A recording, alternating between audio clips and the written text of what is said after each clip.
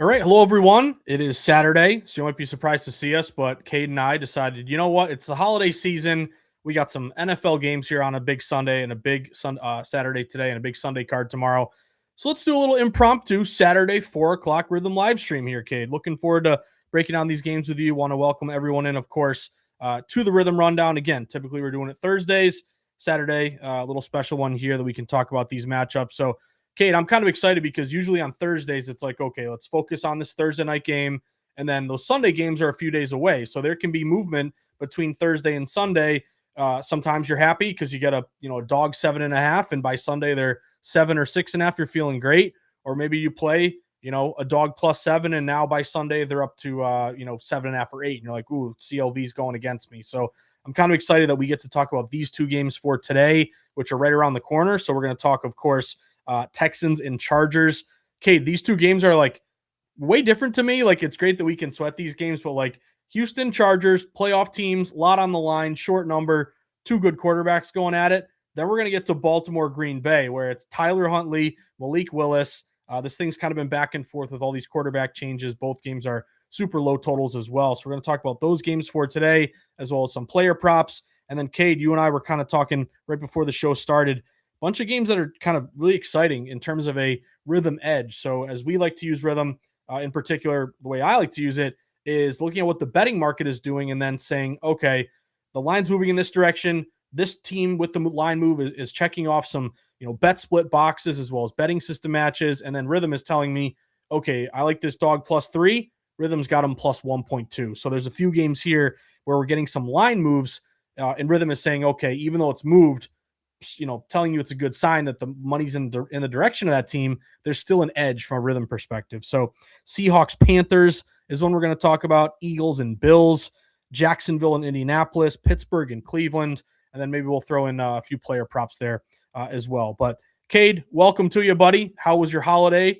Did you get everything you wanted? Did Santa give you everything you wanted? You told me you're 2-0 on bowl games today, so congrats, and good to see you on a Saturday, buddy. Peak degenerate hours here at the household. Had morning college football between whoever you want to call it. We had like the fourth string backups from some random FCS school getting playing time today, and he finally decided just to hit the button, just enjoy the Saturday. Why not? That's what we're here. That's why we do. But yeah, stuffed my face full of ham these past couple of days. Having leftovers today. We're right back at it. So yeah, we're ready to circle back at the table. Love it, man. Well, hopefully we'll circle back to the table with some winning tickets in our hand. That's always the goal. And yeah, just a quick comment on bowl games. Like, some people have asked, like, are you going to hit on a lot of these bowl games? I want to save a lot of our analysis, Cade, for the college football playoff, because I think with bowl games versus these college football playoff games, there's just a completely different approach that you can take with these ones. So when you're looking at these bowl games, to me, it's huge on research that you have to do before the game starts. So obviously we're going to pay attention to what did the line open at? How has it moved? You see a big move, that's probably opt-outs and, guys in the transfer portal and injuries and all this kind of stuff, coaching changes. But it's really a lot having to do with Googling these teams and figuring out who's playing and who isn't, and then getting a good number. And then also looking at, a line really shifting one way on news that a bunch of players are out and then kind of coming back the other way. So for an example, FIU and UTSA, early on, I was like, Florida International looks pretty good. UTSA is are going to miss a lot of their guys, and they were as high as -9.5. They got all the way down to -5.5, and I'm like, okay, FIU's taking some respected money. Then once they got bottomed out at 5.5, there was a huge wave back toward UTSA, back up to like 7.5. So to me, it's just super tricky. Like, unless you feel like you've done your research, who's playing and who isn't, and can get a good number. Like, if that's the case, fire away. But if not, I don't think there's anything wrong. Like, it's like, oh, there's a bowl game on. We don't have to work today. We got to bet it. Don't feel like you have to play these games, because again, you have to approach them way different from a regular season game, because again, there's opt-outs, transfers, all that kind of stuff. So just wanted to throw that at you. But before we dive into our games here for today, Cade, I want to share my screen and really talk about this awesome new feature that Rhythm has added. So if you look at your homepage now, and always keep an eye out for, the top of the homepage, this is where a lot of the new stuff is going to be shown. But let's just check out this parlay optimizer. Now, Cade, you know me a little bit by now. We've been doing shows for a while. I'm not a huge parlay guy in general because, again, you're trying to win multiple bets versus one. Therefore, it's going to be harder. Yes, the payout's better, but the books do make a lot of money off these parlays. But what if we can find a way to optimize parlays where we're not just taking the teams that we like and putting them all together, but actually thinking about how to optimize them in terms of increasing our chances of winning, which is always the goal. So this new parlay optimizer is really impressive. Rithmm did a ton of legwork to put this together. I would recommend watching some of these video tutorials. They're going to kind of walk you through how to use this to your advantage. Clicking on props or games, then you just click the optimizer. You have all of the directions here. So I would just recommend to people play around with it. And even if you don't want to bet it yet, check out a few that have, and we'll see these new icons. We're used to, Kate, a lot of these, green star recommendations or caution flags. But now there's a new one, this little parlay optimizer indicator. So it's pretty cool that if you like to bet parlays, Rithmm is now going to help you to make sure that you're picking off the best legs of a parlay. So if you're thinking like, okay, there's 5 games I like, well, maybe you cut it down to 3 or 4 and you focus on the ones that have the highest optimization, hopefully for you to cash your ticket. So play around for sure with the new parlay optimizer. And then if we also kind of look at some of these other angles, we always try to talk about, but enter the leaderboard contest. We also have our promo code START25 for 25% off. And we can also recommend and refer a friend. You both get a little bit of a sweetener there. So really the big one here is this new parlay optimizer.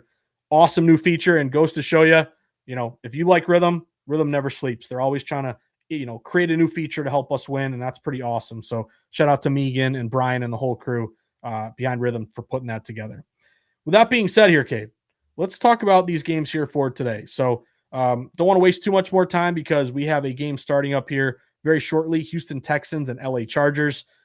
This one is interesting, and we were kind of talking about it earlier, but it was kind of hard for me to find the true opening number for this game because, some books opened Houston -1.5. I saw some books Chargers -1, -1.5. We could probably split the difference and say it was around a pick'em game.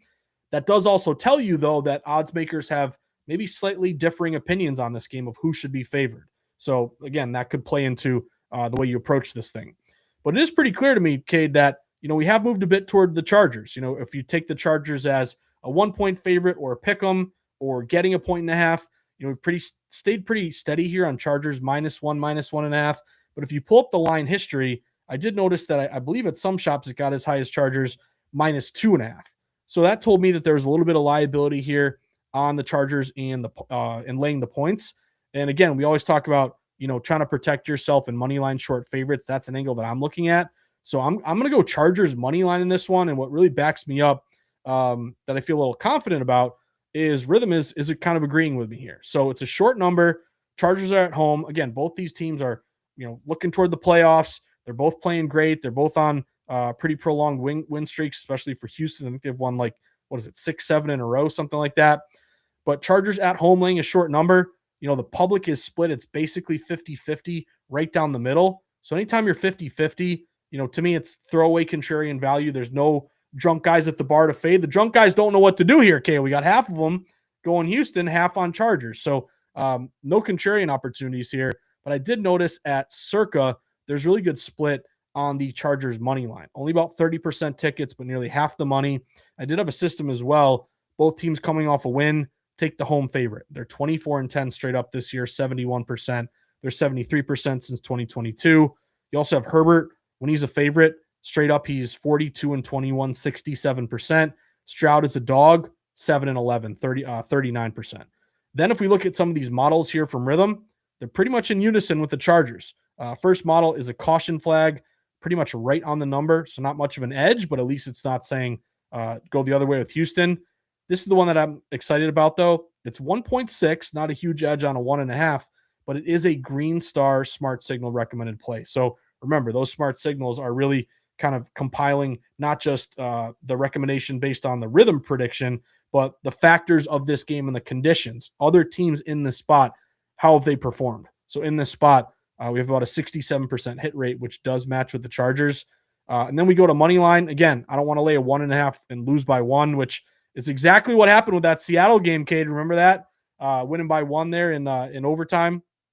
But the money line here, all three of them lit up on the Chargers, all Green Star recommended plays. So add it all up. I'm going to go Chargers money line here. But talk to me about this one, Cade. And I do think there's a great teaser play. If you like Houston, 1.5 up to 7.5. But talk to me about your thoughts on this one. Yeah, I'll get with that because I had, you can call it kind of two angles in a way. First, Houston plus 1.5 what is my like full play in a way, but I did tease this one because of just like the value behind it and what my model said, because it's not going to be higher than 7. I can tell you that. I did tease this one with a long teaser for both games tonight, actually, which I'll get into that reasoning for the Baltimore game because that's my play in that one. But Texans plus 1.5. I think, in my personal opinion, I feel like the Chargers could be teetering on the overrated scale, maybe a tad, in my opinion. You beat really bad teams, and then you get beat by actual decent pulse competition in a way. You have a couple lucky wins, including a Philly win a couple weeks ago. And, I mean, you got to think about the Kansas City game if Pat doesn't get hurt in that game, how that game doesn't end, which they were leading and they had him in a pretty good spot. It's hard to kind of judge on that game. But either way, since all of these offensive line injuries, you get absolutely destroyed by Jacksonville. You beat the Raiders, and then, like I said, you have your 2 wins there, and then you beat Dallas, which is a team that is pretty much bottom 3 in the league in defense in almost every category, it feels like. I just feel like Houston is better, and the matchup favors them much more because you have not only the best defense in the league, pretty much, you have arguably the hottest team in the NFL right now at this point.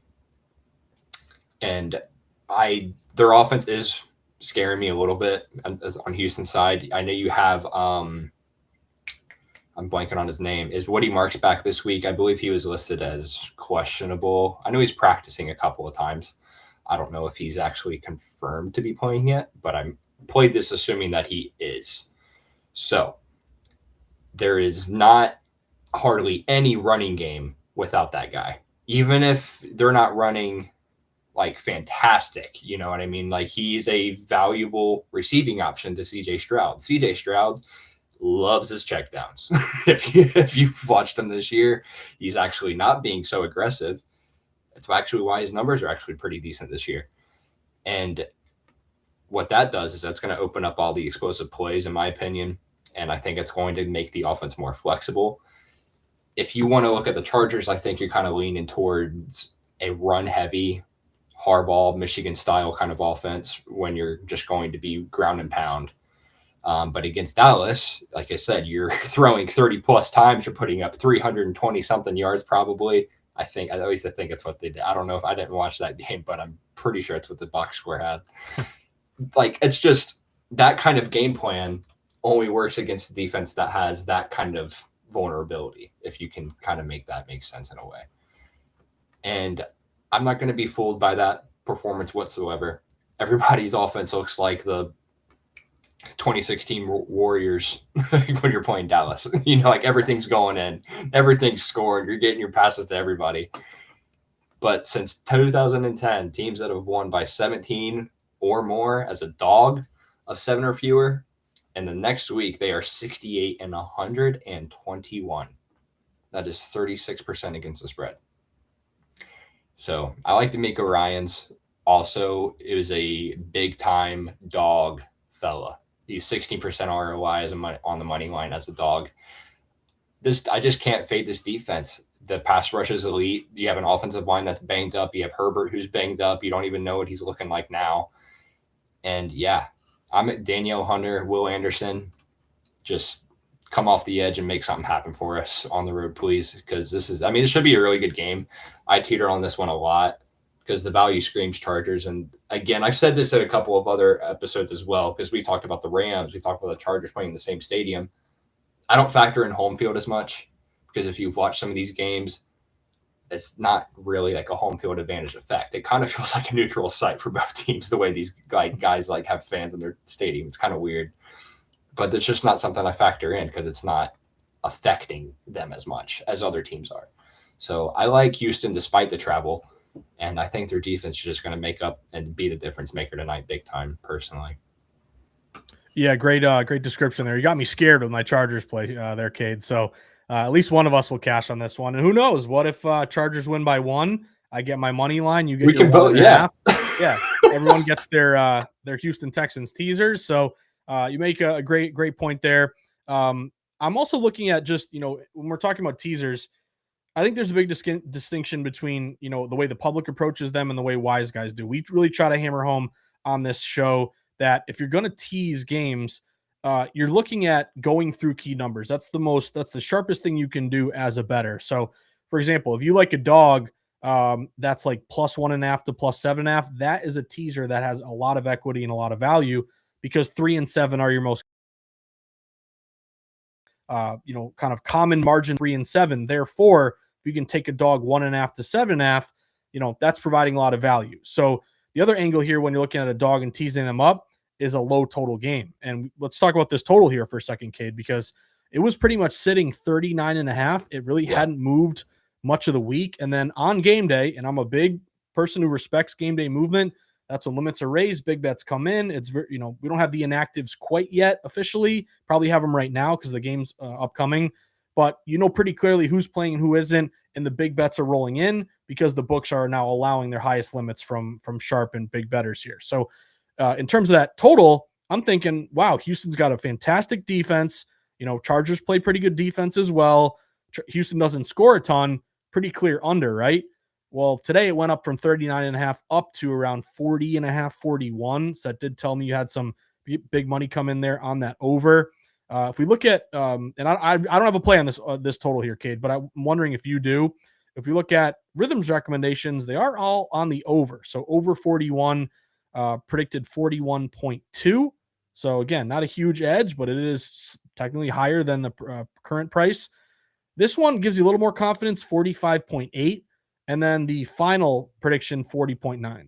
So I would love if I'm going to play this over. Like I think on the one hand, if you do like the over, an island game on the weekend, a lot of people are, still, celebrating their holidays here. So it's going to be extremely heavily bet. I typically don't want to play an over in those spots.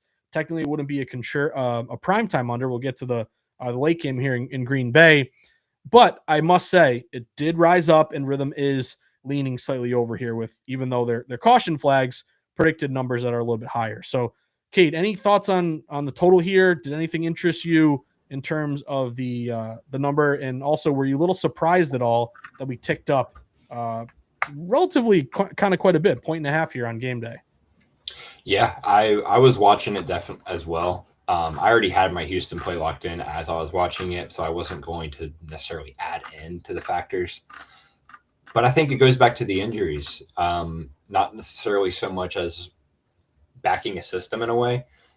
You have both, even both defenses you can see, because as far as I'm concerned, Houston's starting tackles, both of them are actually out. And like I said, you have Houston pass rush is good, Chargers pass protection is bad. You have potentially a really ugly cover in line here from a Harbaugh standpoint, the way that he probably schemes up something crazy. So, I mean, it all points to just both of these defenses really and how they limit both offenses, because going back to Woody Marks, if they utilize him in the passing game, which does that open up explosives? Like, I don't know. That's not necessarily me saying that it's going to happen. It's just saying a possibility of how they use him and how they utilize him could open up that potential. Do I think that happens? Potentially. That's why I took Houston kind of in a way, but it's a gamble because you're asking CJ Stroud to throw the ball more than 10 yards down the field. So, I mean, here we are. 41 though, in a dome, not necessarily weather in fact involved. Very low for a dome total, I must say. But that's how you know both these defenses are that good. And sure enough, there's a reason that number is that low. And teetering the offensive line injuries on both sides, I would probably lean under personally. But I'm not playing it. I'm just playing on my side. Yeah, great breakdown there, Cade. You mentioned it is a dome, so that is a little bit of an edge there toward that over. But remember, that is built into the number when the odds makers are putting that out. In terms of some player props, you mentioned a quarterback that kind of caught my eye as we were looking at this one, and it is CJ Stroud. So CJ Stroud passing yardage. This is one of a few smart signals that are lighting up on today's games. And again, star quarterback going over. Typically, that's something that I don't right just in a vacuum want to do because public's going to want to play the star quarterbacks, star players over. Am I with the public playing a QB to go over? And I must admit, QB overs are fun because every time you get 15, 20 yards, like, man, I'm one step closer, and it is kind of a fun sweat. But, is it something that everybody else is playing and therefore I'm with the crowd? So even though that may be the case, CJ Stroud, though, is not, Drake May or, Stafford or whoever you would consider the best quarterbacks right now. I think his reputation may not be quite as offensive minded as maybe the public assumes him to be. But this is a spot where I can get behind the CJ Stroud passing yardage over because Rithmm is telling us this is a bit of a smart play here. Now, it's officially a smart signal. His over under in the betting market is only 219.5. Again, that's not a ton for a starting quarterback in the NFL. And Rithmm is predicting 247.6. So that is, that's more than 20 yards over, nearly 30 yards discrepancy for a quarterback in a dome in a tight game with a very short number. Is there a situation where technically they are a dog, so are they down and does he have to throw it a little bit more? Again, you have these tackles who are banged up, so do you dump it off, and try to get some of those yardage there?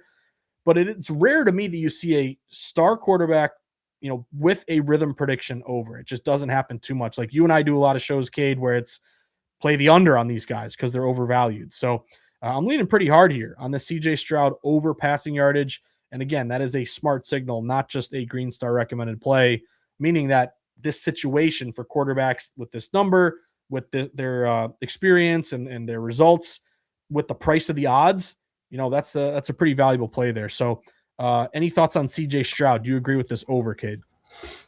Yeah, going back to again of what I've said about the explosiveness and in this offense specifically. The Chargers, they are the NFL's best defense against passes thrown 20 or more yards downfield. Like league low 40.1 passer rating on those attempts.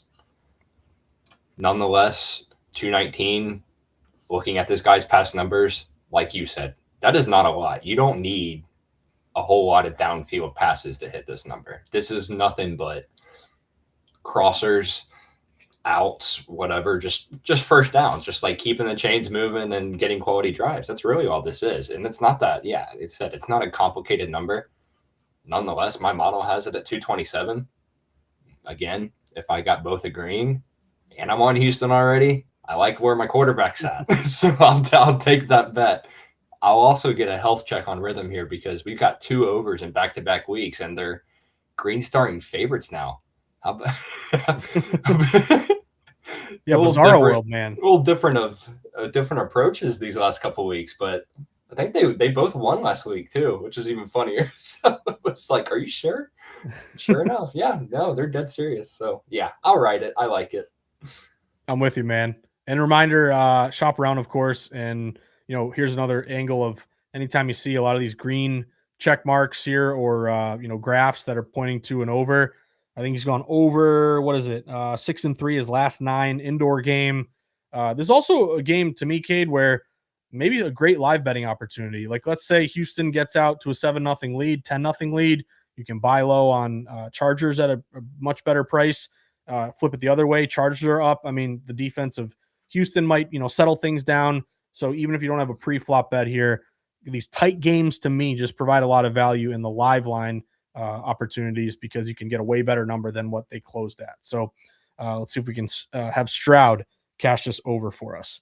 Now let's go to the next game here, Cade, because we got a great one here early and we got kind of an ugly one late night at Lambeau Field. So this is not Baltimore and Lamar Jackson against Green Bay and Jordan Love. This is Tyler Huntley against Malik Willis, 2 backup quarterbacks going at it here at Lambeau. And this one has been all over the place. And typically, Cade, I don't love even participating in games with backup quarterbacks because, number one, what do you expect out of them?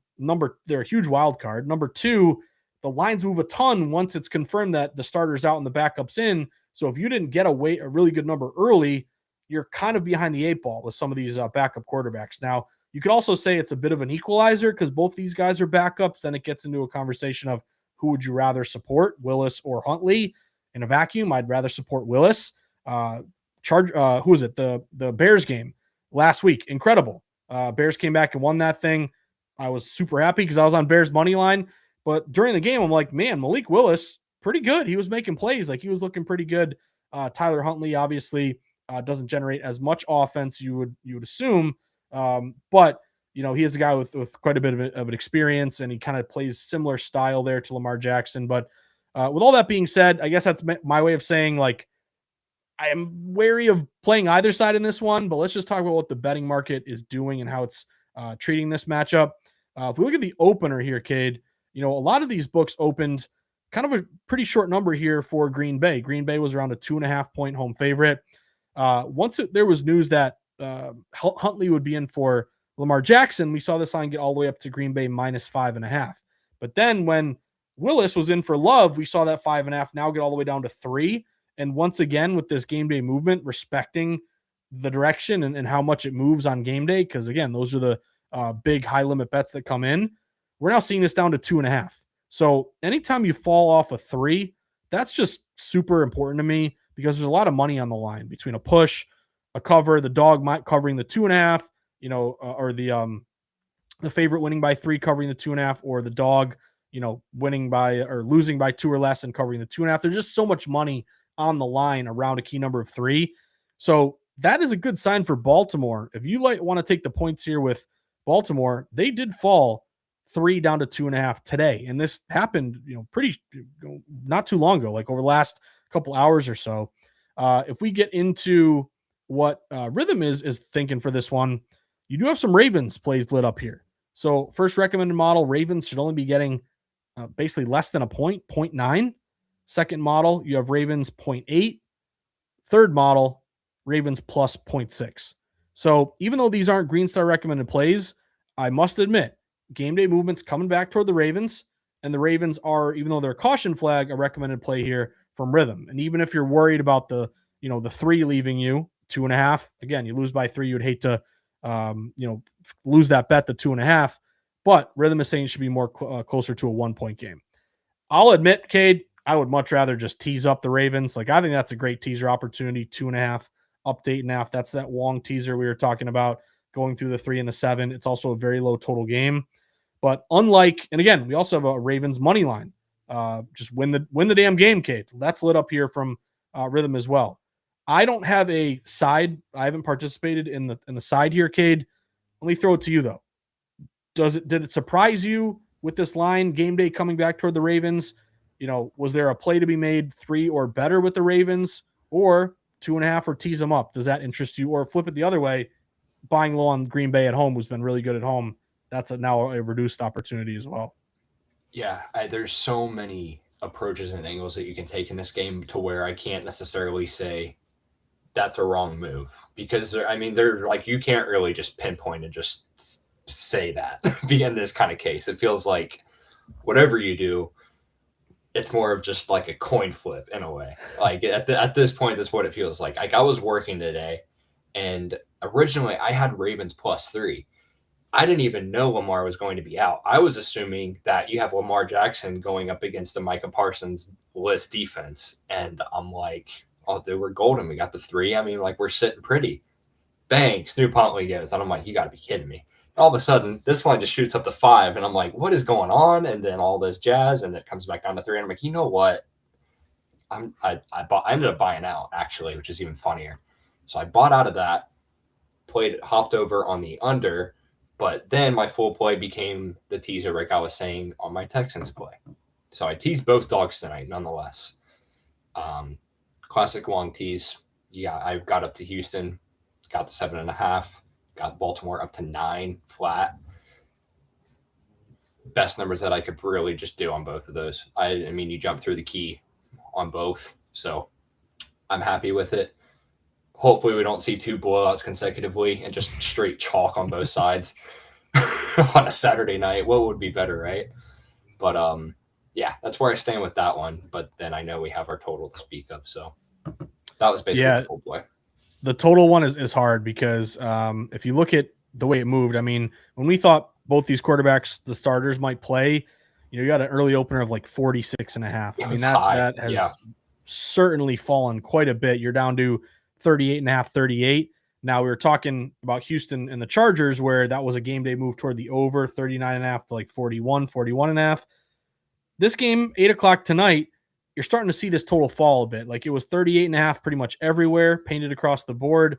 Now it's juiced pretty good to the under 38.5 minus 115. And now I'm seeing a bunch of 38. So that line is falling. You always got to be aware of Lambeau Field with the weather.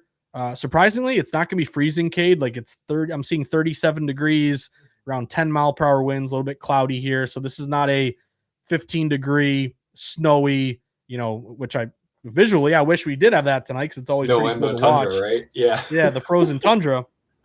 But also, you talk to like at VSiN, I worked with some former NFL players and Jeff Schwartz as well as Sean King and Mike Pritchard, and they would always tell me that when it's snowy, the public always thinks that means it's going to be an under because you would think in the snow, you're a little bit slower, it's harder to move around. But it's actually the other way. It's kind of the defense. It's harder for them to kind of cover the offense. So you actually see some snow games that go a little bit over. Excuse me, Cade. But all that being said, I like the under in this one, 38.5, from the standpoint of backup quarterbacks not putting up a lot of points, not being very good offensively. But you look at Rithmm, we have two caution flags on the over, expecting 42.5 and 44.5, and you actually have a green star play 42.3. So again, you would think backup quarterbacks lean under. That was my initial thought, but it trips me up a little bit with Rithmm predicting this over, which I do have to respect. So any thoughts on this total, Cade? Were you kind of thinking the same thing with, lower scoring game backups, or, has it moved so much that maybe there is a buy low opportunity to go over?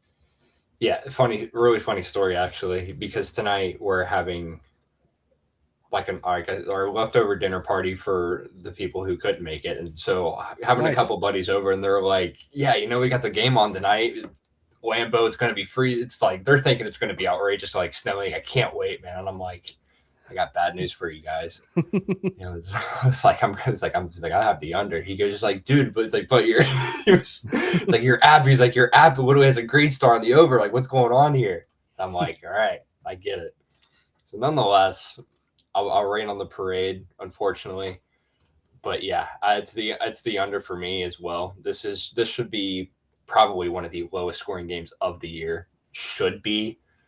Dear God, I can't stress it enough. I know I had the Cleveland under earlier this year, and it was a similar number, and that ended up like hitting like a 56 total as the final score. I was like, you gotta be kidding me. So hopefully we don't get 20 points over the total tonight, boys. That'd be fantastic. But I think both offenses are going to be pretty conservative. I think both are kind of going to be relying on both of the running backs just to take pressure off the quarterbacks. You have two defenses that are pretty much brick walls in terms of against the run. So I like that aspect. Not to mention, I know you mentioned about the weather. It's not necessarily a temperature thing for me, though. This is a very windy game. And you have the high system wind, or the system for high winds that is in play for this one, which is going to directly impact both offenses in terms of efficiency and explosiveness and just scoring in general. I mean, you take special teams into account, you take the field goals, there's literally everything. So wind speeds are climbing to double digits. You have passing games with backup quarterbacks that might struggle with accuracy. You might have the play calling that might get a little bit wonky here and there. Can never trust the floor, even in December. I learned that one the hard way. Thanks for that in Denver, by the way.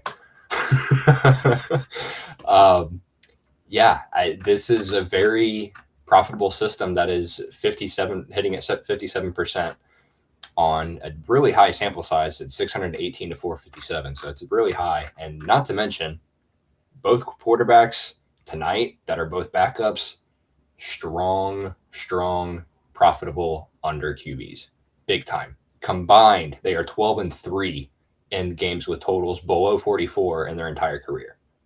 So nonetheless, even though it's fallen this much, I could care less. I'll follow the line movement and I'll back up with it. I have the 38.5. And yeah, like I said, I'm not going to be surprised if this is like teens, single digits, but obviously we have to be the boring people tonight, man. We always are.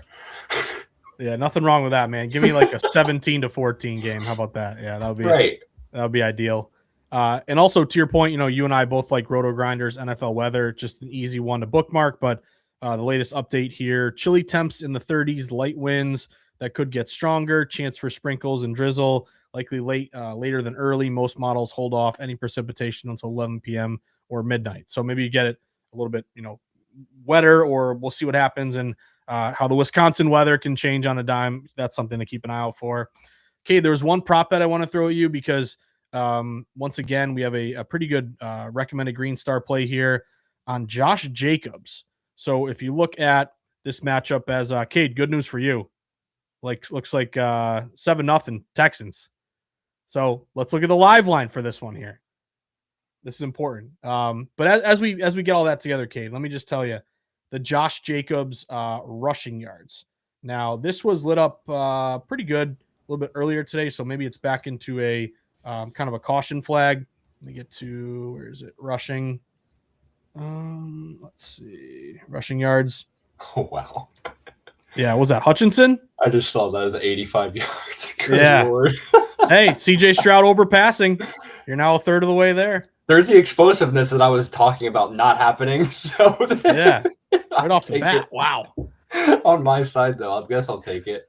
I'll take being wrong but being right at the same time. I'll eat my words. And now, Chargers looking at the other way. I'm seeing plus 4.5 live line here, Cade. So that's maybe that's worth a bite here. First, just to finish off this one. Yeah, Josh Jacobs. Guy's been really good all year, ever since he came to the Packers. Great before that, even in college. But he's always a guy like injury report. Is he playing? Is he not? Is he playing? Is he not? I noticed there's no injury designation for Josh Jacobs. So if Malik Willis, your backup, is playing, I would assume you'd lean on Jacobs here. And he is sitting at around 51.5 rushing yards in the market. He is predicted 92.5. That is a massive discrepancy there. Basically 40 yards difference. And it is a smart signal here. And if you look at Jacobs in this spot, he's gone over this number in 7 of his last 10. And if you look at his trends and just isolate the home games at Lambeau, he's gone over in 1, 2, 3, 4, 5, 6 straight. So Jacobs caught my eye. That's a guy who, again, theoretically would be a popular play from the public. But Rithmm is saying with all these icons, as well as, here's the new one, the parlay piece icon. So if you wanted to involve him, as well as some other bets you're eyeing, could be worth a look. So that Jacobs over really jumped out to me. Kate, any other thoughts on this one? Player props, anything, or should we move on to a few more games for tomorrow? Yeah, I'm glad you hit on that one because that's actually one of the only other ones that I did have this week. Going essentially back to what my original cap was saying is that I just think both sides rely on the running backs. In this case, I think Jacobs is the more reliable option than Derrick Henry, given the model discrepancy. I made him upwards close to 67 and some change there. So yeah, again, when, like I've always said, when both are agreeing, I'm on it. 90 plus though is insane. That's a 40-yard difference. Is that what that said? So right. I think that might be one of the highest ones we've seen this year. That's crazy. So yeah, I definitely like that one a lot more now. I didn't even know that it had it originally, but I'm glad I do now. I guess. Yeah, that's a big one. And also, like, sometimes you will see discrepancies like that, but it'll be a caution flag. So for example, Derrick Henry, he's kind of similar, 73, a little bit higher, predicted 91. That's a great discrepancy, but a caution flag with maybe some some things to worry you a little bit there. So anytime you can get a recommended play with a discrepancy like that, that definitely gets you pretty excited there. So I think we're all big Josh Jacobs fans for tonight. Let's look at some games this weekend, Cade. If we scroll down, there were a few that you and I had texted about, talked about a little bit, and I wanted to start with the Panthers and the Seattle Seahawks. This was interesting because on the one hand, Seattle surging 12-3, had that incredible comeback against the Rams in overtime, just unbelievable. I was like, Cade, I had Seattle when they're losing. I'm like, what an idiot I am for once again believing in Sam Darnold as he, throws it away and gets sacked and fumbles and turns it over. But give the guy credit. He did not totally crumble and came back and had a great winner there.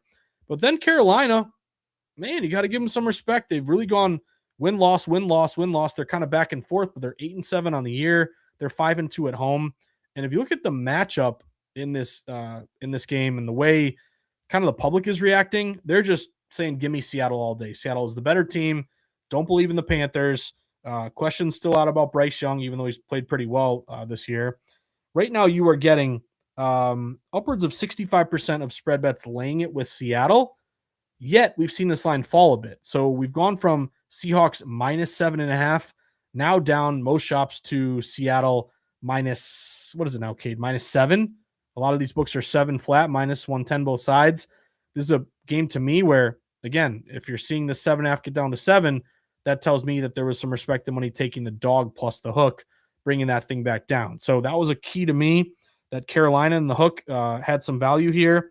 You also look at selling high, of course, on Seattle, who's played great, maybe buying low a little bit on a Carolina team that maybe is better than the public thinks. But it all comes down to these rhythm recommendations for me, Cade, because if we look at these rhythm plays, they're all on the Panthers, all three. And 2 of the 3 are Green Star and Smart Signal. So the first model has Panthers plus 6.6. Now, if you can still find that 7.5 across the market, which is very important to me, and it is pretty much widely available, FanDuel, The Score, Kalshi, Fanatics. Then you look at the second model, Green Star recommended 6.1. So again, you're getting a 7.5. You can find that hook. Rhythm's around a 6. Panthers plus 7.5. You're kind of right on the dot there. But whenever I can see a line move toward a dog, I can still get the hook, and Rhythm is telling me I should play that dog. That's something that gets me excited, Cade. So what are your thoughts here? Are you liking Panthers? Maybe you lose the game, but lose by 7 or less and cover that number. Yeah, I'm with you here again. Yeah, I wouldn't. This is a kind of a decent simple cap as well. I looked at the models first for this one, and essentially it felt like the perfect buy low spot coming off of one. You have an incredibly perfect letdown spot on the Seattle side. I mean, it could not get any better on that. And Carolina, you have somehow leading the South after their win. And it's both sides are lining up perfectly. You have a team that's really motivated. You have another side that is pretty much, I believe they clinched last week as well, if I'm not mistaken, correct? So, I mean, now they're playing for as a 1 seed, if I'm not mistaken as well. So, motivation factor, I guess, obviously it's still there. Both teams do care. Essentially, it's just both teams are going to be incredibly competitive. I just don't see there's a touchdown difference between the both, if I'm being completely honest with you. So, big letdown spot in my opinion. I think they kind of come out a little bit sleepy. And yeah, I'm with Rhythm here again. Yeah, I'm with you again. That's 7.5. Super, super important. That's one of those plays where you want to get it a day before or get it now still before that hook falls. And let's say they lose by 7. If you did your homework, got it in early, you cover with the hook. If not, you push. So super important to jump on that now if you like it. Rico Dowdle caught my eye too, Cade. Kind of weird the Cowboys let him go. I mean, Javonte Williams has been great, but this is a guy that was a great signing. Not a lot of star-studded highlights for him, but he really has been a great signing here, and he is predicted over 46.5 rushing yards with a prediction of 64.9. So if you look at his trends, he's pretty involved in the offense. You have Chuba, but still, this is a guy that can break one off for you, and also he's done pretty well at home with this rushing prop. So I don't think you want to just give the ball back a ton to Jackson Smith and Jigba. You want to maybe control this game, keep it lower scoring with Dowdle. That makes a lot of sense going over 46.5 again with Rhythm predicting closer to 65. So he caught my eye as a possible player prop. Let's keep going here, Cade. You and I were talking about this one too. Buffalo Bills at home against the Philadelphia Eagles. Now, this is going to be one of the most heavily bet games of the weekend. Who knows? Maybe a Super Bowl matchup, although some other teams obviously are in the mix as well. But this definitely moved. I mean, if you look at the opener here, Bills were favored around 3 at one point, -2.5, -3. This line is now all the way down to 1.5 or 1. So I think you can look at it one of two ways, Cade. Either one, it's very clear that Philly is taking in the smart money and that line is dropping in their favor, or has it moved so much off the key number that now Josh Allen is a really good buy low play at a very cheap money line price, like minus 120. Now, if you look at the splits on this one, let's see the updated numbers, because it was always interesting to me, like, how does the public handle this? Is it Eagles dog, you got to play it, or Josh Allen super short favorite at home, you got to play it? Well, right now you're getting around 60% of the spread bets on Buffalo, but 70% of the money. So it doesn't look like just public, but also low bets, higher dollars with some smart action. And you also have a Bills really good split at circa on the money line just to win the game. 38% of bets, 63% of dollars. You also look at some systems here like non-conference favorites. Typically I lean toward the favorite in that matchup. Just lack of familiarity, not really knowing your opponent. Typically that benefits quote unquote the better team. Both off a win, take the home favorite. That's a 71% money line system this year. Josh Allen as a home favorite straight up in his career, 42-8, 84%. He's 4-1 straight up this year. That only loss was to the Patriots in that Sunday night game. So again, if you tell me like Eagles, I'm going to say, yeah, the line's moving in your direction. But if we look at what Rithmm is recommending we do, they're saying, hey, this is a really good spot to buy low on the Buffalo Bills. So Green Star recommended Bills minus 2.9. We have a Green Star recommended Bills minus 1.5. We have a caution flag at minus 3.9. That gets you pretty pumped to go Buffalo there. And then we also have 3 recommended money line plays, all lighting up on Buffalo. So I'm thinking about buying low on the Bills here, Cade. You can get them around minus 120, pretty cheap price. We're getting a good number. Yes, it's moved because some money came in here on Philly. But I'm thinking Bills at home. They just got some kind of mojo there, Cade, at their stadium. So in terms of the weather, wanted to mention this too. You and I were talking about it. It's not going to be a freezing cold snow game, but it looks like it could be really rainy. So we'll see how that rain affects both teams here as well as the total. But any thoughts here, Cade? Are you going Bills Mafia with me? I'm leaning money line here. Anything to fade Philly. I think they're one of the more other overvalued teams in the market. Similar to the Chiefs, really. I'm not high on this team at all. I don't think I have been all year. And it's one of the more profitable fading teams, honestly, in terms of the spread or straight up standpoint. And I don't like them as a dog. I'll tell you that right now. Sirianni as a dog, I don't think his numbers are that great, if I'm not mistaken. But yeah, simply put, Bills at home, Josh Allen at home. It feels like is this the last home game of the year at regular season? I believe so. But also, Cade, you got another touchdown. 14-0 Texans. 50. Dude, he's torching me on these explosive plays after I just highlighted the entire time.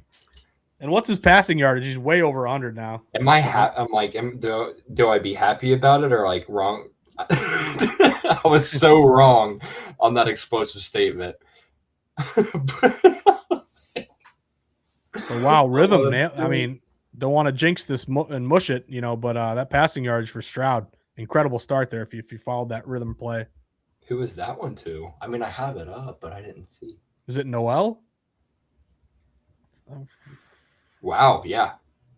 75 and 43. Good Lord. He's 4 for 4 on 2 touchdowns. So 4 passes, 2 touchdowns. 142 yards.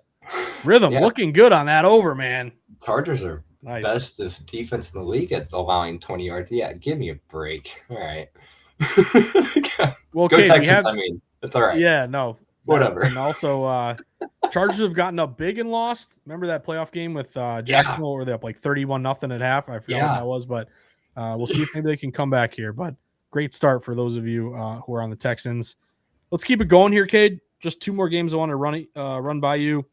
Jacksonville and Indianapolis Colts, I should say. I was one of those people who took the Colts in the points and beat the closing line and felt pretty good when Old Man Rivers was, making plays and, taking the lead, tying it up. And then the wheels fell off and the Colts got absolutely just destroyed there by the 49ers.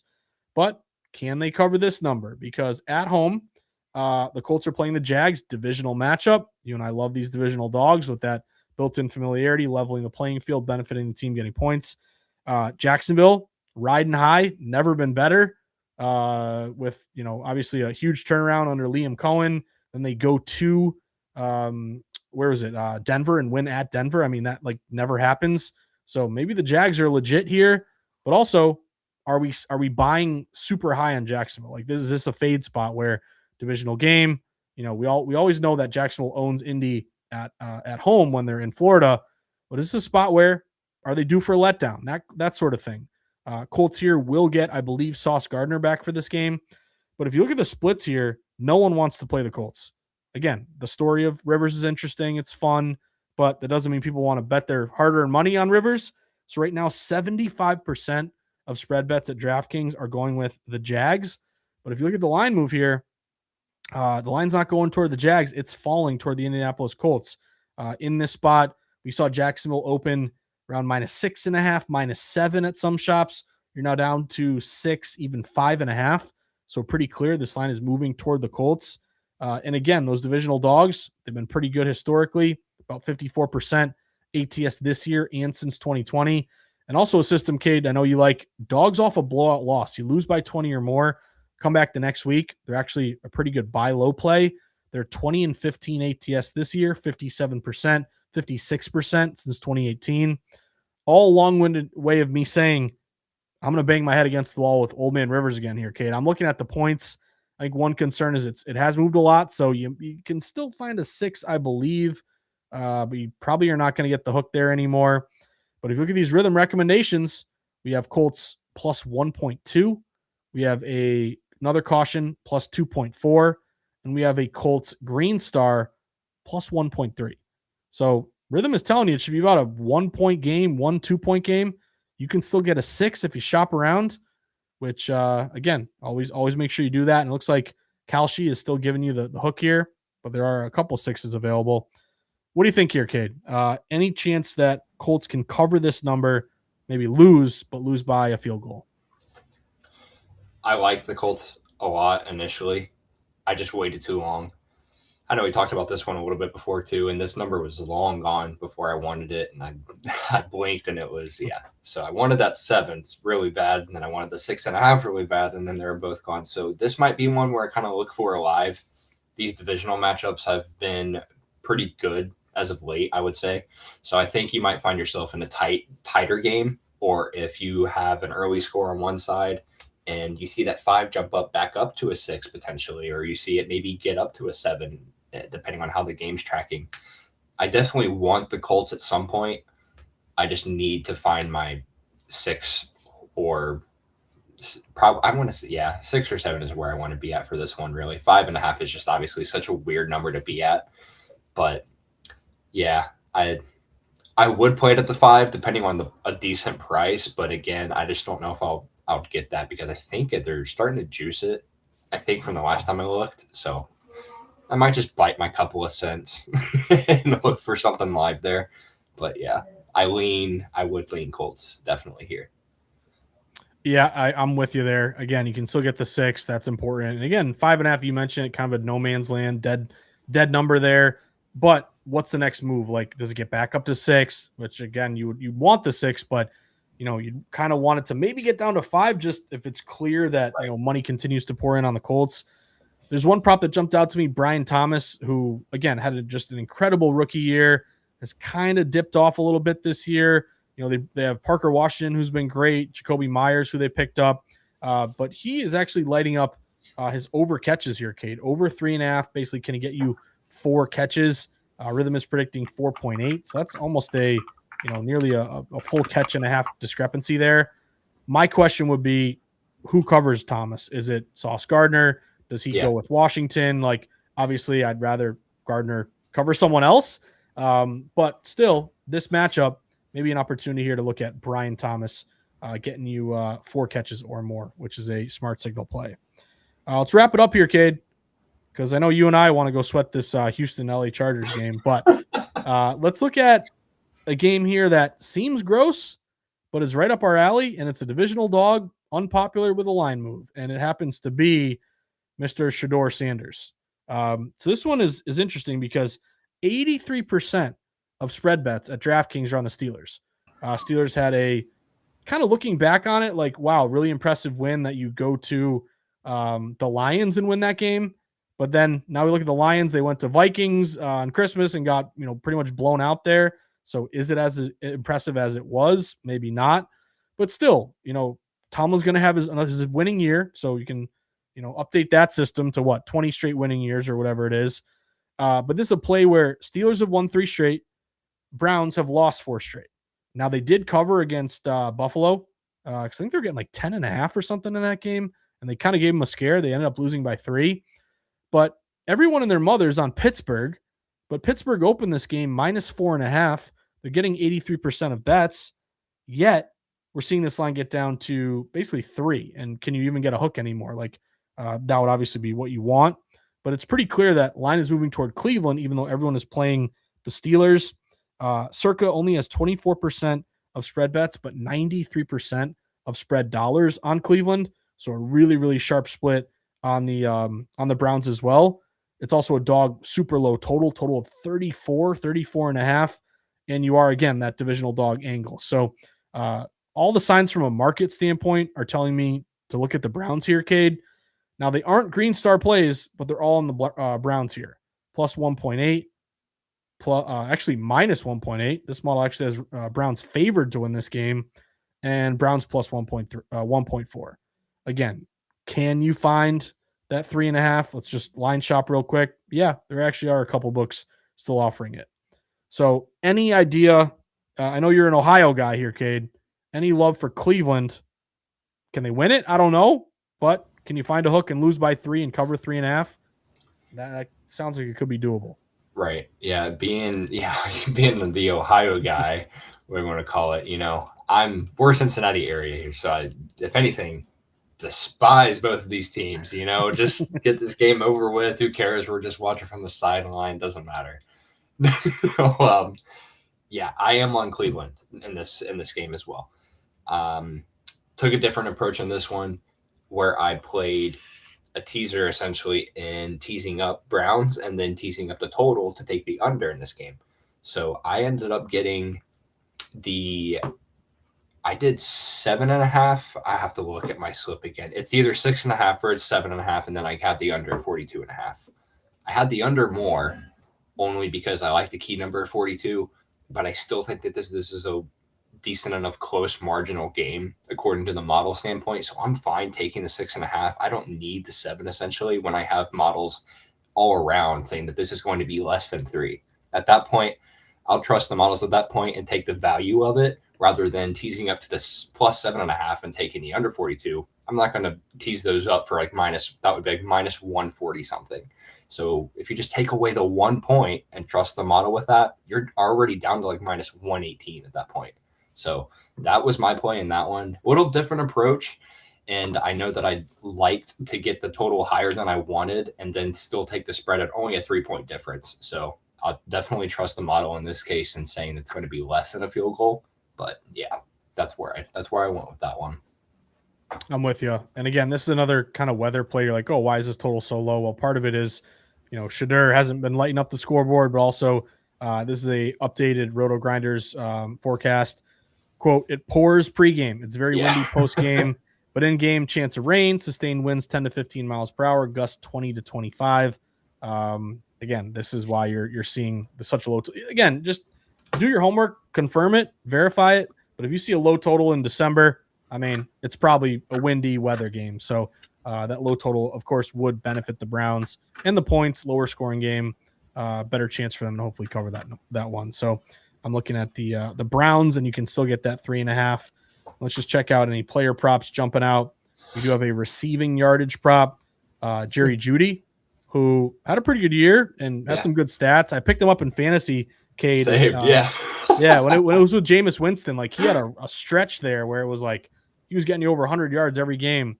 Kind of falling off here a little bit, but maybe that's a buy low opportunity. Jerry Jeudy over 29.5. Can he get you 30? Rithmm is predicting nearly 60, so 57.9.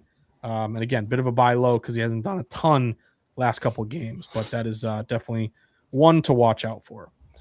So that about does it for another edition of the Rithmm Rundown here. Always a pleasure to host a show with you here, Cade. Just want to remind everyone that we do have our parlay optimizer, which is it's here. It's beautiful. and it's ready to hopefully help you benefit in terms of your selection process of, okay, I want this parlay. What are the best legs from not just a personal bias feeling standpoint? Because we're not about feelings here, kid. We're about the numbers, the data. What are the optimal plays for me? So hopefully that will benefit everyone to make their best parlays if they're interested. And again, we have our leaderboard contest. Remember, start 25 for 25% off. But Cade, it's a Saturday.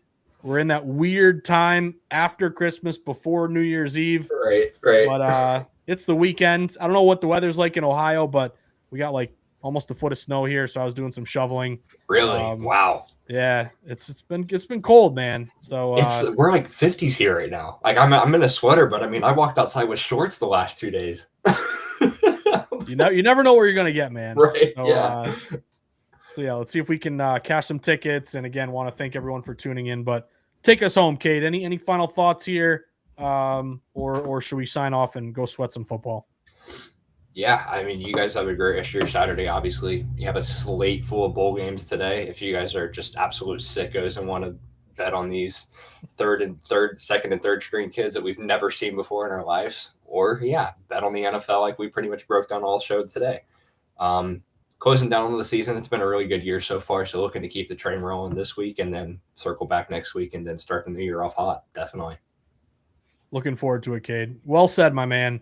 And yeah, we'll figure out what we want to do next week, because New Year's Eve is Wednesday. New Year's Day is Thursday, but then we got those college football playoff games we got to talk about. So I don't know, man. We'll text, but random Tuesday show, who knows? Or maybe the Friday after. We'll talk about it, but look forward to seeing you guys once again. But as always, on behalf of Cade and myself, thank you for tuning in. Hope you had a great Christmas. Hope you're going to have a great New Year here. And again, let's see if we can cash some tickets and win some plays, which is always the goal. But good luck, everyone, and we will see you on the next edition of